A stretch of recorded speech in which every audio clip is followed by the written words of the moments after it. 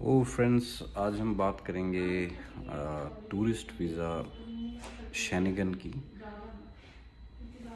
वो शेनिगन में basically 26 countries आती हैं। तो किसी भी 26 में अगर आप एक कंट्री का आपको वीज़ा मिल जाता है तो आप किसी भी 26 में विदाउट वीज़ा ट्रैवल कर सकते हैं। तो मेन डेस्टिनेशन 26 कंट्रीज़ में ऐसे इटली है, फ्रांस, जर्मनी, नॉर्वे, ग्रीस, पुर्तगाल, Spain, Germany, Greece, Spain, 26 countries जो हैं शेनिगन के अंदर अभी प्रेजेंटली हैं। लेकिन इसमें सभी में मोस्टली जो क्वेरीज होती हैं वो सभी की पुर्तगाल के लिए होती हैं कि पुर्तगाल हमारी मेन हॉट डेस्टिनेशन जो है, हमने पुर्तगाल ही जाना है, तो हमें पुर्तगाल का वीज़ा चाहिए। लेकिन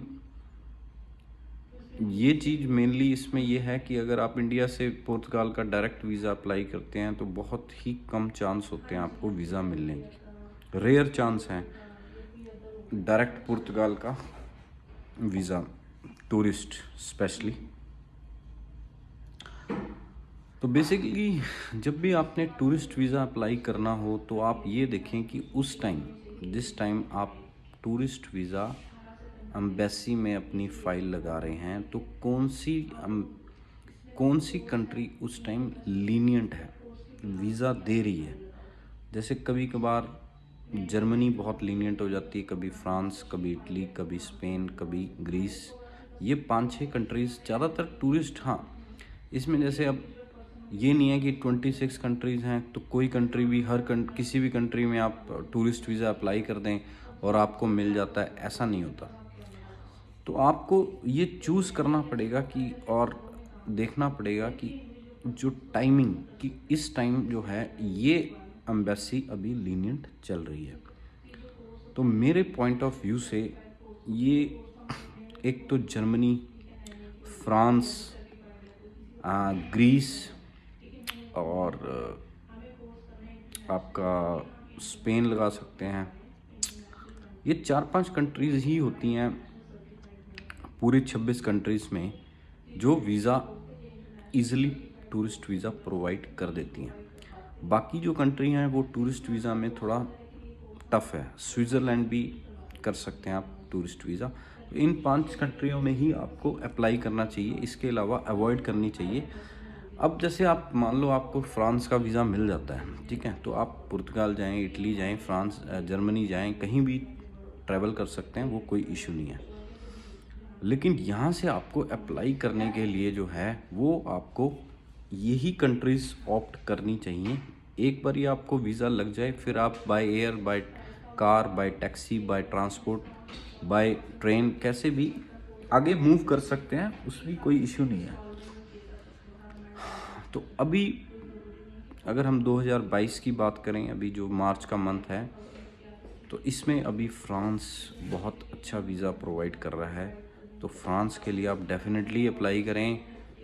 विदाउट इंटरव्यू वीज़ा आ रहा है, तो अगर आप फ्रांस का वीज़ा करना चाहते हैं तो मेरे हिसाब से ये बेस्ट टाइमिंग है, वीज़ा मिलने के पूरे चांसेस बनते हैं। बाकी उसके बाद आप फिर पुर्तगाल में, क्योंकि सभी को पता है कि जो यूरोप की शेनिगन की कंट्रीज़ हैं इसमें पीआर यूरोप में मिलनी टफ़ होती हैं, लेकिन सभी को पता है कि पुर्तगाल में ही हम पीआर ले सकते हैं। तो इसीलिए सभी पुर्तगाल जाना, मूव करना चाहते हैं, सेटल होना चाहते हैं। तो ये है, लेकिन आप पुर्तगाल का डायरेक्ट वीज़ा इंडिया से मत अप्लाई कीजिए। आप यहाँ से फ्रांस जाइए, फिर फ्रांस से आप कर सकते हैं। तो टूरिस्ट वीज़ा है या विजिटर वीज़ा है, ठीक है। तो टूरिस्ट वीज़ा में वही है आपकी, अभी आप घूमने फिरने के बेसिस पे ले सकते हैं, ठीक है जी। तो इसमें अपनी आप बैंक स्टेटमेंट दिखाइए, जो दिखाना तो वो तो मस्ट ही है, बैंक स्टेटमेंट आपकी चाहिए ही चाहिए। तो 6 मंथ की लेटेस्ट बैंक स्टेटमेंट चाहिए, उसमें कुछ ट्रांजैक्शन होनी चाहिए। अगर आप बिज़नेस करते हैं तो बिज़नेस का प्रूफ होना चाहिए। अगर आप जॉब करते हैं तो जॉब का प्रूफ होना चाहिए। आपकी सीए वैल्यूएशन रिपोर्ट होती है कि आपके नाम पे इतनी प्रॉपर्टी है, ठीक है, तो उसका नेटवर्थ सर्टिफिकेट सीए से बन जाता है, वो चाहिए। आपकी कोई भी एसेट्स हैं वो भी इसमें आप इंक्लूड कर सकते हैं। तो ये डॉक्यूमेंट्स जो हैं मेनली टूरिस्ट वीज़ा में आपकी फ़ाइल में लगते हैं। काफ़ी नॉमिनल सा चार्जेस होते हैं इसके।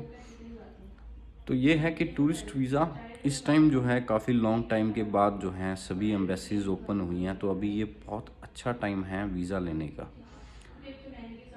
वो सबसे ईजीएस्ट वे भी है और आपके पैसे भी बहुत कम लगते हैं टूरिस्ट वीज़ा में, तो ये एक इजी वे है। तो बाकी इसके लिए और फर्दर इन्फॉर्मेशन के लिए आप कोई भी यूरोप से रिलेटेड कोई भी इन्फॉर्मेशन चाहते हैं तो आप हमें कांटेक्ट कर सकते हैं, क्योंकि जो शेनेगन में है और कोई वे आउट है नहीं वीज़ा लेने का। आइदर स्टडी है या टूरिस्ट है।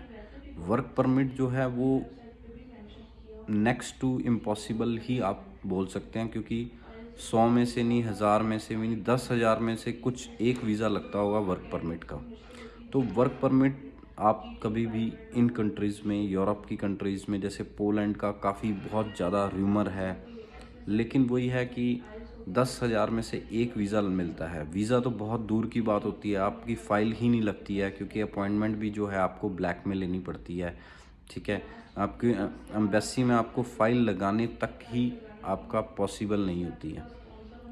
तो देखिए, वर्क परमिट जो होता है वो वहाँ का एक पीस ऑफ पेपर है जो वहाँ की गवर्नमेंट इशू कर देती है। वो आपको 100 यूरो में मिल जाएगा।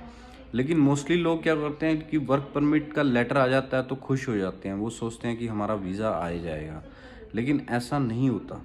वर्क परमिट की जो वैल्यू है वो एक पेपर की वैल्यू की जगह जितनी है, उसका कोई भी यूज़ नहीं है। वो वर्क परमिट की वैल्यू ज़ीरो है। वो एक आपको 100 यूरो 9,000 रुपीज़ में जो है वो कहीं भी आप ले सकते हैं, अवेलेबल होता है। लेकिन जो वीज़ा है वो हमेशा एम्बेसी ने देना होता है, और एम्बेसी वर्क परमिट में वीज़ा के जो चांस होते हैं वो 100 में से 1% भी बड़ी मुश्किल से होते हैं।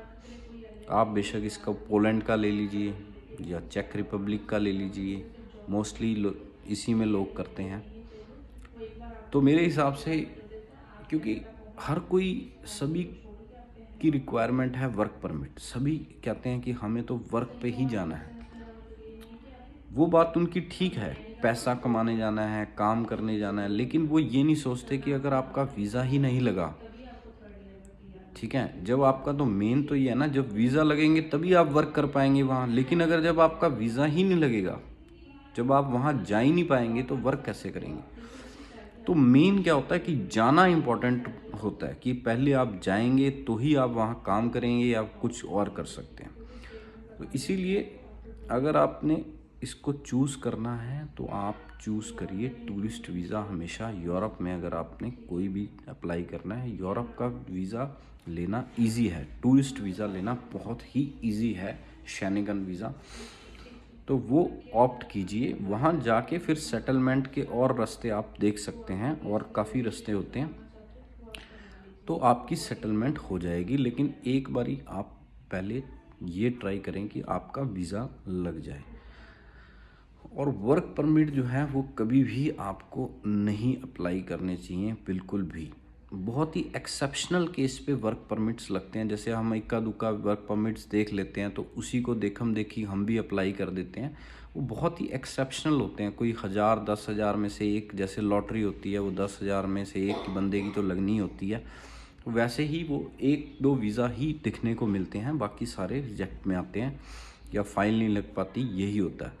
तो वर्क परमिट का ये मत समझिए कि वर्क परमिट का आपका पेपर आ गया है तो आपका वीज़ा कंफर्म हो गया है, ऐसा बिल्कुल मत समझिए। तो बाकी आप डिस्कस कर सकते हैं हमारे साथ, कोई भी आपकी क्वेरी है तो उसको हम सॉल्व करेंगे।